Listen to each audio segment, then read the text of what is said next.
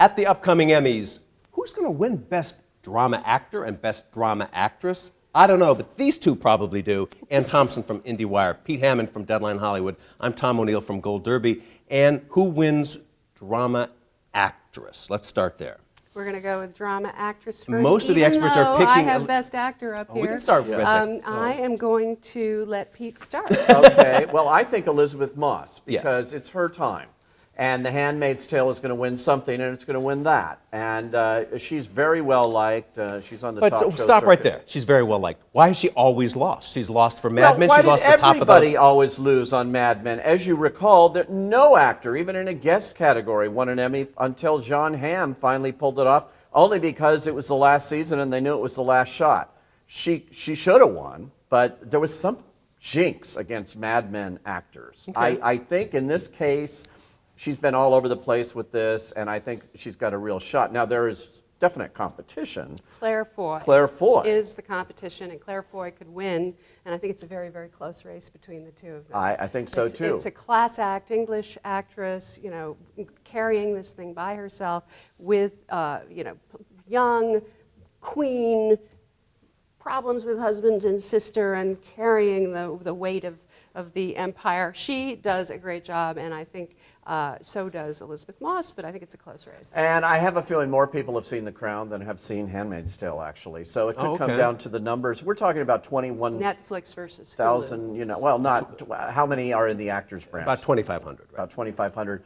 So they can all vote now. It's not like it used to be, Right. you know, where they're all watching episodes, and specific episodes where you could have crazy people. Well, they're supposed to still be watching the episodes, but it's no longer 50 or 70 people watching a few DVDs of episodes. And It's if you now believe opened that. up. I know. I don't think any of the other actresses are in the running. I really do think. Well, it's here's between why those we two. have to be careful when we say this stuff, Anne, is that Why? last year, remember last year Tatiana Maslany won this category. Yeah. And we all wrote it off That was because surprising. there was a fundamental shift in the voting last year where Well, they changed it. They changed it so that when choosing a winner, you no longer rank the 6 or 7 contenders, 1, 2, 3, 4, 5, and then a consensus forms, and the person with the lowest score wins. Last year, it was just check off a winner. And what was fascinating about that is when Tatiana won, I don't think she could have won a consensus vote, but she won the plurality. She had enough core following there to pull off a win. So look, we have core followings here for somebody who just won the Oscar, Viola Davis, who has won this category before. Robin Wright is overdue to win here. We wrote her off at the Golden Globes, and she won early on there for House of Cards. Evan Rachel Wood is in 3rd place according to our Gold Derby odds. I don't know how. I mean, Because she plays a robot. Yeah, I mean, Right, okay. That's the part. That's the reason I don't think she can win. I don't think she seriously can mean win, that. actually. Even She's if she's really fine, good. But, you know, it's there's almost like a supporting there's role, a limit. first of all. No, she's important, but Yeah. and she does a great job. But I just think that's going to weigh against her. Of the 14 experts at Gold Derby, 10 say Elisabeth Moss, 4 say Claire Foy. I agree with Moss. I go with Foy. Foy and Moss. Let's jump over to the actor race where, again, all 4 winners here did not get nominated this year. So Rami Malek, the Right. winner for Mr. Robot last year, won. And you're going to listen to me this time, Tom, right? Okay. Because pre-nominations, I sat here, or there, or somewhere, and said Rami Malek would not be even nominated. You said that's impossible. He's the winner. And Well, I frequently need a wake-up call from you, Pete. I you do admit do, it. and I'm going to give it to you again because You're going to condescend to give it to me I'm again. going right back to where I was last year, and this time it's going to be true. Bob Odenkirk in Better Call Saul is going to pull this Why? race out. Why? Because I think that show's been building in the minds of Emmy voters. They also are out there campaigning it. AMC's got one thing to get behind, and it's that show. And he's really been building towards that Breaking Bad moment, and I think that he's overdue here. I agree with all of that except for one thing. The newer show, This Is Us, the one that is so popular, the one that's a network show. Yeah. Sterling K. Brown won for O.J., Made in America last year. Yes. He stars in this. People adore him. But it's an a ensemble new show, and he's competing Thank you. against That's another exactly what's the cast. problem.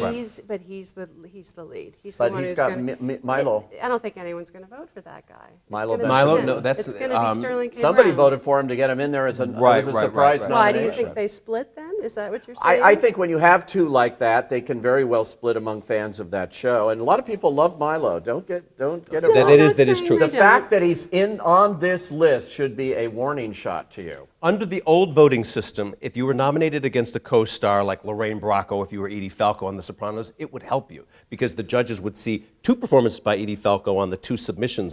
And so now, since the episodes don't matter so much, if you're nominated a co-star against a co-star, it hurts you. Yeah. And so remember, we all thought Kit Harington would win supporting drama actor for Game of Thrones, but Peter Dinklage was nominated against him, and then the vote split. So this vote splitting is a very real thing. I agree with Pete. This is an ensemble show. He's nominated against a co-star. There's a danger here. On the flip side of that, though, Anne, you could be right because there is, when you've got 2 co-stars here, there is a dominant one. Yeah.